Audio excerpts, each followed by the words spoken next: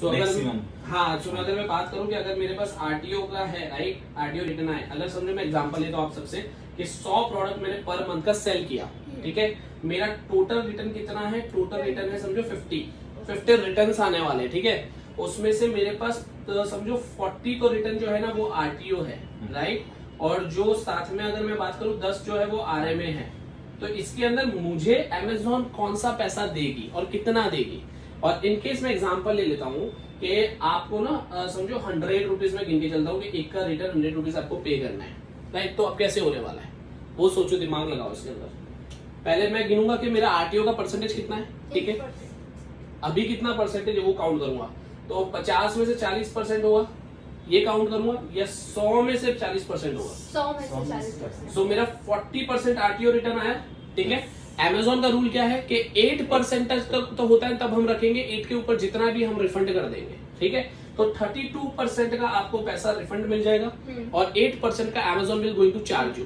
समझ में आया, क्लैरिटी हुई, राइट। सो एग्जांपल मेरे को पैसा लगने वाला था 40 into 100, एग्जांपल मेरे को लगने वाला था 4000 रुपए लगने वाला था, ठीक है। 30 to 100। हाँ, लेकिन 8 खाली मैं गिनता हूँ कि 8 का तो पैसा मुझे रिटर्न आ जाएगा, एग्जांपल 800, राइट। तो मेरे को डायरेक्ट 3200 रुपए रिफंड देगी अमेज़न, 800 रुपए नहीं देगी। क्लियर हुआ, ये समझ में आ गया, दिमाग लगाए। तो इस वे से अगर आप कैलकुलेशन करोगे तो आपका आरटीओ का इजीली कैलकुलेट हो जाएगा। जो मैंने आरएमए का 10 का बताया था उसका मैंने आपको स्टिल बताया था कि कैसे आप पैसे कैलकुलेट कर सकते हो, ठीक है। जो चार्जेस आपको लगने वाला है 1 वे 2 वे, फिर जो उसके अंदर पेनल्टीज लगने वाली वो लगेगी। लेकिन कभी कभी अगर आपको कोई डैमेज आया, 10 प्रोडक्ट जब आरएमए आएगा ना, तो समझ लो 9 या 10 मैक्सिमम 100% चीजें फटी हुई आएगी, डैमेज आएगी, स्टेन्ड आएगी, राइट।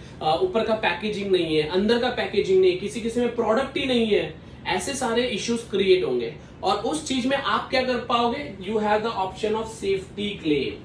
अब समझ में आया कि जब भी मैंने कहा था आप लोग के पास देयर इज अ 2 ब्रह्मास्त्र, one is with the seller, another is with customer.